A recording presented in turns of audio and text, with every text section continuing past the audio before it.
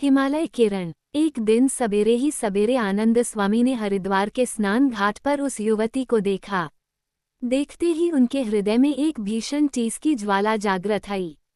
उनका शरीर कांप गया, मुखमंडल लाल हो गया, उनकी तपस्या अंतर्धान हुई। स्वामी जी की दृष्टि उनके नियंत्रण से हटकर स्नान करने वाली उस सौंदर्य की राशि वाली नारी पर जा अटकी। उस युवती के भीगे हुए कपड़ों में से उसका सौंदर्य झलक रहा था। शिशुता और जीवन की दीप्ति धूप छांव रेशमी वस्त्र की तरह चमक रही थी। स्वामी जी की दृष्टि शिशुत्व एवं मुग्धत्व के साथ झूलने वाली उस युवती के मुखमंडल पर केंद्रित हुई और कभी कभी उस युवती के कंठ, बहुमूल, उरोज तथा आंख मिचौनी खेलने वाली के कटी विलास पर दौड़ने लगी। सहज भाव से प्रशांत हो, दिव्य ज्योति की भांति प्रकाशित होने वाले उस बाल योगी का मुखमंडल विवर्ण हो गया। इसी समय बाल शंकर के स्वरूप का स्मरण दिलाने वाले उन आनंद स्वामी को, जो स्नान कर रहे थे, कश्मीरी सुंदरी ने देखा। वह सुंदरी श्रीनगर की एक कश्मीरी ब्राह्मण बाला है। उसका शिरोमुंडन कराने के अभिप्राय से उस बाला के पिता उसे हरिद्वार ले आए हैं। 6 वर्ष की छोटी अवस्था में उस बाला का विवाह एक अभागे के साथ हुआ था, लेकिन वह उस दुधमुनी लड़की को निरीह छोड़ सदा के लिए इस संसार से चल बसा। वह बाला संसार से सदा अनभिज्ञ ही रही। उसे इस बात का दुख नहीं, वह पतिविहीना है। जब कभी उसकी माता उसे अपने आलिंगन में लेकर कहती, मेरी बेटी, तेरे भाग्य का सितारा डूब गया है, तेरे जीवन का आधार इतनी छोटी उम्र में ही टूट गया है, तो उसका भाव इसकी समझ में बिल्कुल न आता। 16 साल की अवस्था में वह युवती कमल जैसी विकसित हुई। उसके मुखमंडल पर वैधव्य नहीं दिखता था, बल्कि यह सौभाग्य देवी मालूम होती थी। वह अपरिचित सौंदर्य राशि, शिल्पकला के सुंदर नमूने की मूर्ति उस कश्मीरी ब्राह्मण के गृह को ज्योतिर्मय बना रही थी। 18 साल की उम्र में तो ऐसे दिखाई देती थी, मानो उसकी ओर देखने मात्र से उसे नजर लग जाएगी।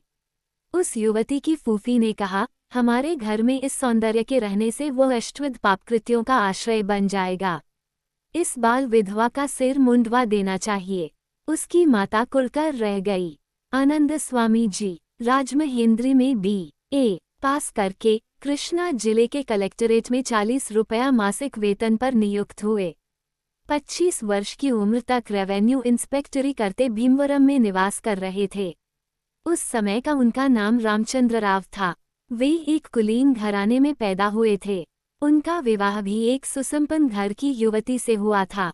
उनका पारिवारिक जीवन शांतिपूर्वक बीतता जा रहा था। स्वर्ण मूर्ति जैसी पत्नी और 2 लड़के तथा 2 लड़कियों का परिवार उनके घर को सुख का आगार बना रहा था। एक दिन रात को न मालूम रामचंद्र राव के मन में कौन सी भावना जागृत हुई कि वह किसी से बिना कहे उस अमावस्या की अंधियारी में एकाएक भीमवरम से अंतर्धान हो गए। सवेरे रामचंद्र राव का एक पत्र देखने को मिला। उसे देखकर पत्नी को असीम दुख होना स्वाभाविक था। सिर पीटते हुए बच्चों का ख्याल न कर वह भी कुएं में गिर पड़ी। लोगों ने उसे बाहर निकाला। सबने रामचंद्र राव के लौटने की आशा की, लेकिन वह आशा व्यर्थ सिद्ध हुई। मित्रों ने रामचंद्र राव को मूर्ख काया कहकर संतोष किया। इस समाचार से अवगत एक व्यक्ति ने, जो काशी की यात्रा को गया था, वहां पर रामचंद्र राव को देखा और उसके ससुर को इस आशय का एक तार दिया, रामचंद्र राव यहाँ पर है, शायद संन्यास ले रखा है। उनकी पत्नी व बच्चों को लेकर जल्दी आ जाए। सब लोग वहां पहुंचे। देखा, रावजी सन्यासियों के साथ योगाभ्यास कर रहे हैं। उन्हें देखकर उनकी पत्नी मूर्छित हो गई। बच्चे आंखें फाड़ फाड़कर पिताजी को विस्मयपूर्ण दृष्टि से देखते रह गए। सबने घर लौटने की प्रार्थना की, लेकिन रामचंद्र राव शानकर भाष्य का एक उपदेश देने लगे कि संसार से तर जाने के लिए वैराग्य ही एकमात्र साधन है। रामचंद्र राव के गुरु यतीश्वरानंद जी ने सबको समझाया बुझाया। हिमालय के बुलाने पर कौन लौट सकता है। यही रामचंद्र राव वहां के आश्रम में अब आनंद स्वामी के नाम से पुकारे जाते हैं। उस युवती को देखते हुए आनंद स्वामी जी का शरीर अपने नियंत्रण से मुक्त होता जा रहा था। उनका दिल रेल के इंजन की भांति धड़कने लगा। उनका मन जैसा आज काबू से बाहर हो गया, वैसा कभी नहीं हुआ था। सहमते हुए आनंद ने स्नान किया और हरिद्वार के समीप स्थित आश्रम में चले गए। ये कहाँ का घोर पाप है। सारा विश्व क्या रसातल में धंसता जा रहा है। हिमालय तो नहीं टूट रहे हैं। अपना सर जमीन पर पटकने लगे। आज तक की तपस्या भग्न हो गई। गंगोत्तरी के समीप आनंद स्वामी ने 3 वर्ष तक परम तप किया था। उन्होंने प्राकृतिक सत्य को कभी मिथ्या नहीं माना था। पिछले दिनों उनका मन चंचल रहता। शिवोहम का ध्यान और दीक्षा से पूर्ण महायोग द्वारा मन स्थिर हो गया। कुंडली को जगाया, पदचक्रों को पार कर ऊपर उठा। प्राण शक्ति विकल्प समाधि आगे की सीढ़ियां हैं। उस नीरव अंधकार में एकाकी बैठे हैं। देह शिथिल है, हृदय जम गया है। कुछ सप्ताह तक चेतना रहित हो पड़े रहे। बाह्य ज्ञान नहीं रहा, अंतर्ज्ञान का तो कभी का अंत हो चुका था। हुआ क्या था, एक दिन अचानक वह जागृत हुआ। गुरु भाइयों का शिवोहम शिवोहम का जप सुनाई दिया। धीरे धीरे फलाहार प्रारंभ किया, दूध रोटी लेने लगे। गुरु यतीश्वरानंद जी ने आनंद को आदेश दिया, प्रथम सीढ़ी तुमने पार की है, दूसरी के लिए तैयार हो जाओ। उनकी आत्मा महाशक्ति में स्थित रही। उनके भाल पर तेज दमकने लगा। गुरुजी के समक्ष अनेक ग्रंथों का अध्ययन किया, वेदांत की विविध वैराग्य भावनाओं को अवगत किया। सब ऐसा मालूम होता था मानो उन सबसे वह पहले ही परिचित हैं। कैलाश पर्वत पर निकट की गुफा में आनंद स्वामी ने दूसरी बार तपस्या करने हेतु पद्मासन लगाया। इस बार वह जल्दी ही विकल्प समाधि में पहुँचे। उनके शरीर में मानो हजारों विद्युल्लताएं दौड़ गई। 6 मास तक अखंड समाधि, अपार आनंद। ओम ओम ओम का प्रणय मंत्र। आनंद जी ने अपने नेत्र द्वया खोले। उनका मुख संपूर्ण चंद्रमंडल ही था। उनकी देह से प्रकाश फूट रहा था। उनके ओठों से मंद हास छूट रहा था। उनके नेत्रों से दिव्य ज्ञान ज्योति निकल रही थी। आनंद जी को अपने गुरुदेव से आज्ञा मिली थी, हरिद्वार के समीप अपना आश्रम बनाओ। प्रतिदिन भगवान के मंदिर के सामने स्थित घाट पर स्नान कर उनके दर्शन करो। तदनंतर आश्रम जाकर तप करो। उस सुंदरी का झलकता हुआ मुखमंडल हर मिनट सामने दिखाई दे रहा था। आनंद जी सिर घुमाकर पद्मासन लगा ध्यान करने लगे। वो कश्मीरी बाला थाली में फल और फूल लेकर पास में आई और नमस्कार कर पार्श्व में बैठ गई। उस बाला के अंग आनंद जी के शरीर का स्पर्श करने लगे। युवती ने आनंद जी के भाल को चूमा। ओह कहते आनंद जी तुरंत उठ बैठे। वहां पर कोई नहीं है, थाली नहीं, युवती भी नहीं है। अकेले वही हैं और चारों तरफ शून्य कुटीर। तपोभंग हुआ, उनके अनेक जन्म व्यर्थ हुए। वे अब अपने गुरुदेव को अपना मुंह कैसे दिखा सकेंगे। अपना सर जमीन पर पीटने लगे, रोए। उन्होंने लाठी लेकर शरीर पर प्रहार किया। इससे शरीर फूलकर कष्ट देने लगा। वह बाला अपनी ओर हाथ फैलाकर अत्यंत प्रेम के साथ आगे बढ़ती आ रही है। आनंद जी जोरों से हरि का नाम स्मरण करते उन्मत्त हो गंगा के किनारे दौड़ रहे हैं। गंगा की धारा प्रतिध्वनित होने लगी। मेरी प्यारी बेटी, तेरा भाग्य ही कहाँ रहा। अब तेरा शिरोमुंडन कराना ही होगा। क्या मैंने नहीं कराया? माना तूने केश रखे भी, उन्हें देखकर संतोष करने वाला कौन है? ये कहते कहते निरुपमा की फूफी उसे मजबूरन खींच रही है। उसकी माता मुंह पर घूंघट डाले फूट फूट कर रो रही है। पिता पंडित दीनानाथ अपनी पुत्री का हाथ पकड़कर उसे नाई की ओर खींच रहे हैं। नाई हंसते हुए उस्तरे को सान पर चढ़ाता हुआ स्पष्ट स्वर में कह रहा है, कितनी ही सुंदरियों की सुंदर वेणियों को निगलकर इस उस्तरे ने गंगा माई को अर्पण किया है। अरे मैं अपना सिर नहीं मुड़ाऊंगी। कहती हुई निरुपमा बाघ के सामने पड़ी हुई हरिणी की भांति छटपटाती हुई पीछे हटती जा रही थी। उसे अपने पति की मृत्यु का दुख नहीं है। उसे लोग घृणा की दृष्टि से क्यों देखते हैं, ये भी उसे मालूम न था। वह सदा अपने घर श्रीनगर में खेला करती थी। पिता धनवान थे, बस वही उनकी एकमात्र संतान थी। पंडित दीनानाथ कट्टर सनातनी हैं।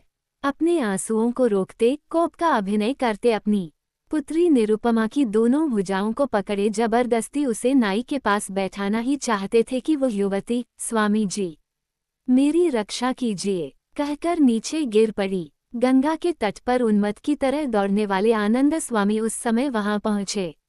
कौन है? नाई ने कहा, प्रभु इस बदनसीब बाल विधवा की वेणी को गंगा माई को अर्पण करने जा रहे हैं। स्वामी जी ने पास में कश्मीर युवती को बेहोश पड़ी देखा। तुरंत उसे उठाकर उसके मस्तक को अपनी गोद में रखा और शिवोहम जपने लगे। युवती ने आंखें खोलीं। लज्जा से युवती उठ खड़ी हुई और घूंघट संवारने लगी। पंडित दीनानाथ स्तब्ध हो देखते रह गए। स्वामी जी प्रलय काल के रुद्र की तरह गर्जन करते हुए शास्त्र और शास्त्रातीत विषयों का उपदेश देने लगे। इस अबोध बाला को कुरूपा करने को तुम कैसे तैयार हो गए हो? किसी को क्या जबरदस्ती वैराग्य दिलाया जा सकता है? जो वैराग्य मन में नहीं है वह क्या सिर के केश मुंडा देने से पैदा हो सकता है? पंडित दीनानाथ का मन वास्तव में अपनी पुत्री का मुंडन कराने को नहीं मानता था, लेकिन समाज के डर से ही वे तैयार हो गए थे। इसलिए वे स्वामी जी से क्षमा मांगने लगे। स्वामी जी, क्षमा कर दीजिए। जब तक मेरी पुत्री स्वयं योगिन का वेश धारण करने की इच्छा प्रकट नहीं करेगी, तब तक मैं उसके केशों को नहीं निकलवाऊंगा।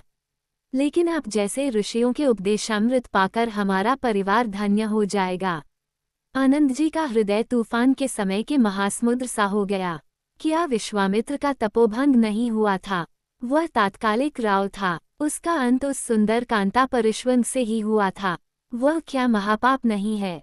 तो क्या अपने कर्तव्य की च्युति हुई? पल भर के लिए उस युवती का सुंदर बदन उनके हृदय पटल पर से विलग नहीं होगा। दिव्य सुंदरी ने जब उनका स्पर्श किया तो उनकी देह में जो पुलक प्रकट हुई, जो आनंद हुआ, वह क्या समाधि से प्राप्त आनंद से उत्कृष्ट आनंद है अथवा तत्समान? अपने पाप का कोई निराकरण नहीं है। अपने इस अधापिन का अंत कहाँ होगा? आनंद जी ने कितने ही देशों का इस अवस्था में भ्रमण किया था। जहाँ कहीं गए सबने सम्मान के साथ उनका बड़ा आतिथ्य सत्कार किया। स्वामी जी के मुंह पर जो मोह की हिलोरें उठ रही थीं, उन्हें विधवा स्त्रियों ने दिव्य पारलौकिक कांति समझा। इस बीच उन्होंने कितने ही तीर्थ व पुण्य स्थानों का भ्रमण किया। कहाँ कहाँ गए उन्हें स्वयं नहीं मालूम। ये परिव्राजकता थी अथवा उस भामिनी में आसक्तिपूर्ण परवशता थी, बताया नहीं जा सकता। घूम घूम कर नेत्र खोलकर देखा तो वह कश्मीर देश ही है। श्रीनगर के एक भवन के सामने उन्होंने अपने को खड़ा पाया। स्वामी जी को घर के अंदर ले जाया गया। उनका आतिथ्य एवं उनकी सेवा की गई। अब आनंद जी कश्मीरी पंडित दीनानाथ के गृह गुरु हैं। स्वामी जी के हृदय की जड़ को हिलाने वाली वह बाला उनकी परिचर्या कर रही है। जिस दिन सन्यासी आनंद स्वामी जी ने उस युवती की रक्षा की थी, तब से वह उस बाला के साक्षात ईश्वर अवतार बन गए। हिमालय के धवल श्रृंगों पर नृत्य करने वाले नटेश्वर ही मानो उस बाला के लिए वे बाल सन्यासी बने। सदा स्वामी जी की सेवा करने से उस बाला का जन्म धन्य हो गया। जब उनकी गोद में वह पड़ी थी, उस समय उसका शरीर आनंद से परवश हो गया था। उनके मुखमंडल पर मंद हास ऐसा प्रतीत होता था, मानो हिम शिखर पर ज्योत्सना छिटकी हुई हो। क्या मनुष्य रूप धरे वह भगवान तो नहीं है? प्रतिदिन उनकी सेवा करने से ही तृप्ति होगी। उनके पैर दबाने होंगे। वे भी उसे मुक्ति मार्ग का ज्ञान कराते, सिर पर हाथ रख आशीर्वाद देंगे। इस तरह के विचारों में डूबी हुई उस कश्मीरी बाला को स्वामी जी पधारे हैं, अपने पिता के ये शब्द सुनाई दिए। वह कांप गई। नेत्रों में आनंदाश्रु भर आए। सारा शरीर अतिशय आनंद के मारे हल्का हो गया। स्वामी जी ने उनकी कामना सुनी है। उनका तप व्यर्थ नहीं गया है। उनके गुरु स्वयं उन्हें खोजते हुए नहीं आए हैं। स्वामी जी घर में आए। कश्मीरी बाला स्वामी जी के पैरों पर गिर पड़ी और उनकी पदधूलि उसने सिर पर चढ़ा ली। उस नगर में बाल वृद्ध स्वामी जी की परिचर्या कर रहे हैं। फल, दूध, मिठाई आदि पहुंचा रहे हैं। स्वामी जी को पल भर के लिए भी अवकाश नहीं है। लोग सदा उन्हें घेरे रहते हैं। स्वामी जी ने संसार की असारता, मन की दुर्बलता, कर्म, ज्ञान आदि की उत्कृष्टता का निरूपण किया। सैकड़ों की संख्या में उनके भक्त बैठे थे। स्वामी जी उन्हें उपदेश दे रहे थे। रात में स्वामी जी की परिचर्या निरुपमा ही करती रही। बिस्तर पर दुपट्टे और शॉल बिछे थे, जप के लिए कृष्ण मृग की छाल वगैरह। स्वामी जी के कपड़े धोना, फलों के छिलके निकालना, दूध गर्म करना, पैर दबाना इत्यादि निरुपमा के काम थे। इससे दोनों को आनंद प्राप्त होता था। भक्ति के साथ परिचर्या में लीन पुत्री को देख माता पिता को संतोष होता। वैराग्य पथ में चलती हुई वह समस्त दुखों को भूल जाएगी न। इतने वर्षों की तपश्चर्या का बल संभवतः और भी हो, वह बाला उनके पास रहकर परिचर्या करती रहती तो मोह को रोक नहीं पाती। उसके साथ काम की कल्पना मात्र से स्वामी जी डरते थे, तो भी उनका मन विवश हो पतवारच्युत नाव की तरह समुद्र में कूदने को तैयार था। स्वामी जी किसी न किसी बहाने उस युवती का स्पर्श करते थे, उसके केश संवारते और आध्यात्मिक रहस्यों का बोध कराते समय उसे बीच बीच में हृदय से लगाते। स्वामी जी पर उसका मोह नहीं, स्वामी जी ही उसके देवता हैं, सर्वस्व हैं। स्वामी जी की आज्ञा हो तो वह उन्हें अपनी देह तक अर्पण कर सकती है, अपने पिता के हृदय में कटार भोंक सकती है और झेलम नदी में भी कूदकर प्राण त्याग सकती है। वह अपने सर्वस्व का त्याग कर सकती है, परंतु स्वामी जी को छोड़कर क्षण भर भी वह नहीं रह सकती। एक दिन स्वामी जी ने पूछा, बेटी, मेरी परिचर्या क्यों करती हो? अपने देवता की परिचर्या करना क्या आश्चर्य की बात है? सब अपने लिए आप ही देवता हैं, मेरा महत्व ही क्या? इस रहस्य को समझने के उपरांत सब अपने लिए आप ही देवता हो सकते हैं। तब तक गुरु ही देवता हैं, लेकिन सब प्रकार की उत्कृष्टताओं से पूर्ण व्यक्ति ही गुरु कहलाने योग्य है, न कि मेरे जैसे। पाप का शमन हो, ऐसा न कहिए, आप स्वयं भगवान के ही अवतार हैं। आनंद स्वामी की सारी तपस्या नष्ट हो गई। किसी एक मुहूर्त में आनंद जी अपनी इच्छाओं को रोक नहीं सके। परिणामतः निरुपमा उनके आलिंगन की बलि चढ़ गई। वह संधान मुहूर्त पवित्र था या पापपूर्ण था? उसी रात्रि को उन्होंने लज्जा से सिर झुकाकर, भयकंपित हो, हृदय में पश्चाताप ने दावानल रूप धारण किया और वे घर छोड़कर भाग खड़े हुए। निरुपमा ने अपने जन्म को धन्य माना। वह ऐसी तेजस्विनी बनी मानो उसे भगवान के दर्शन हुए हों। उसके तेज को कोई नहीं पा सकता था। प्रातःकाल होते ही पिता ने पूछा, बेटी, स्वामी जी कहाँ है? निरुपमा, तपस्या करने गए हैं। माता, कब गए हैं? निरुपमा, बहुत ही सवेरे। पिता, बेटी, तेरा मुखमंडल प्रज्वलित हो रहा है। क्या स्वामी जी ने तुझे उपदेश दिया है? बड़े बड़े ऋषि मुनियों की तपश्चर्या से भी प्राप्त न होने वाला महाभाग्य तुझे अपने पूर्वजन्म के सुकृत के कारण प्राप्त हुआ है। तेजी के साथ पीछा करने वाले भयंकर शेर की पकड़ में से छूटकर भागने वाले हिरण की तरह आनंद जी हिमालय पहाड़ों में भाग गए। सारा संसार उन्हें अंधकार में प्रतीत हुआ और ऐसा मालूम होता था मानो हिमालय का शिखर टूटकर उनके ऊपर आ गिरा हो। शुभ्र हिमालय पर्वत पंक्ति को देखकर उन्हें मलिन एवं सड़े गले अपने जीवन का स्मरण हो आया। उन्होंने सन्यास ही क्यों धारण किया? तीव्रता के साथ चलने वाली हृदय की धड़कन के आवेग को वे रोक न सके। तेजी से उस महान पर्वत की घाटी में वे कितनी दूरी पर जा गिरे हैं, इसका उन्हें पता तक नहीं। वहां बहने वाले झरनों की ध्वनि सुनाई दे रही थी। वृक्ष और पत्थर भी उनके साथ बहते आ रहे थे। ऐसा लगता था मानो एक ही मिनट में सिर फूटकर टुकड़े टुकड़े हो जाएगा और फिर उनका स्वरूप ही कहीं दिखाई नहीं देगा। शिवोहम, शिवोहम कहते कहते आनंद स्वामी बेहोश हो गए। निरुपमा दिन प्रतिदिन महातेजस्विनी होती जा रही है। उसके मुखमंडल की कांति को कोई भी देख नहीं पा रहा है। वह शीघ्र ही विश्व को एक शिशु प्रदान करने जा रही है। इस बात का पता जब घर के लोगों को लगा तो उसकी माता सिर पीटने लगी और बोली, मेरी बेटी, तुमने घर को ही डुबोया। कई पीढ़ियों तक हमारे परिवारों को मुक्ति से दूर कर दिया। मुस्कुराती क्यों हो? क्या वह दुष्ट सन्यासी ही है न? माता का दुख उसकी समझ में नहीं आया। उसने अपराध ही क्या किया है? केवल स्वामी द्वारा उपदेशित मंत्र का पठन मात्र किया है। उस दिन वह अपनी बेटी को देख नहीं सकी। एक सप्ताह में ये समाचार पंडित दीनानाथ को भी मालूम हो गया। उनके भी क्रोध की सीमा न रही। सन्यासी की दुष्टता का स्मरण करके उनके मन में बार बार ये विचार उठते थे कि सन्यासी के सिर के हजारों टुकड़े कर दिए जाएं। अश्रुधारा बहाते हुए पंडित दीनानाथ रोने लगे और बोले, हे भगवान, आपने कैसी भयानक विपत्ति मेरे सामने खड़ी कर दी। पवित्र परिवार पर ऐसा कलंक। वे पुनः क्रोध से पागल हो उठे और कहने लगे, दुष्ट, भ्रष्टा लड़की, तू उस सन्यासी के जाल में फंस गई। स्त्री यदि सच्चरित्रा हो तो पुरुष कर ही क्या सकता है। उसी दिन इसके सिर का मुंडन करा दिया होता तो अच्छा था। उस दुष्ट सन्यासी ने वेदांत का व्याख्यान देकर रोक दिया। इस विश्व में कैसा पाप भरा है। अब हमें क्या करना चाहिए। इस दुष्टा को झेलम में क्यों न डाल दिया जाए, अथवा फिर इसे विष ही क्यों न दे दिया जाए। किंतु फिर एक दूसरा विचार उनके मन में आया कि अकेली संतान है, बड़ी प्रतीक्षा के बाद पैदा हुई है। हे भगवान, अपने हाथों से उसका गला कैसे घोंटा जाए। बेटी के पास पहुँचे, उसके प्रफुल्ल बदन को देख कांप गए। इस बाला के मुखमंडल में उन्हें काशी की अन्नपूर्णा के दर्शन हुए।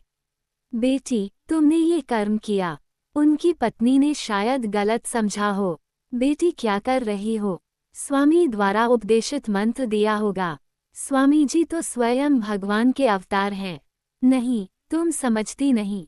हमारे परिवार को ही उसने नरक कूप में ढकेल दिया है। आपने इसके पूर्व जो कहानियां सुनाई, उनमें व्यास महर्षि ने धृतराष्ट्र और पांडु को कैसे वरदान प्रदान किया था। पिताजी, म परम तेज सर्वत्र व्याप्त रहता है। पाप और पुण्य का आरोपण मन ही करता है। उद्धरण चिन्ह ... उद्धरण चिन्ह। सिर झुकाकर खड़े रहते हैं। दूसरे दिन सारा कश्मीरी ब्राह्मण परिवार काशी यात्रा के लिए निकल पड़ा। वहां से रामेश्वरम जाते हुए रास्ते में मदुरा, श्रीरंगम, कांचीपुरम, तिरुपति, कालहस्ती इत्यादि तीर्थों का पर्यटन कर ये परिवार कालीघाट कलकत्ता पहुंचा। एक दिन शुभ मुहूर्त में निरुपमा ने एक पुत्र रत्न को जन्म दिया। वंश प्रतिष्ठा को दूषित करने के लिए पैदा हुए उस मलिन रक्तपिंड को हुगली नदी में फेंक देने का पंडित जी ने निश्चय किया। दूसरे दिन पंडित जी ने कमरे में प्रवेश कर देखा, बालक को बगल में लिए निरुपमा सो रही है।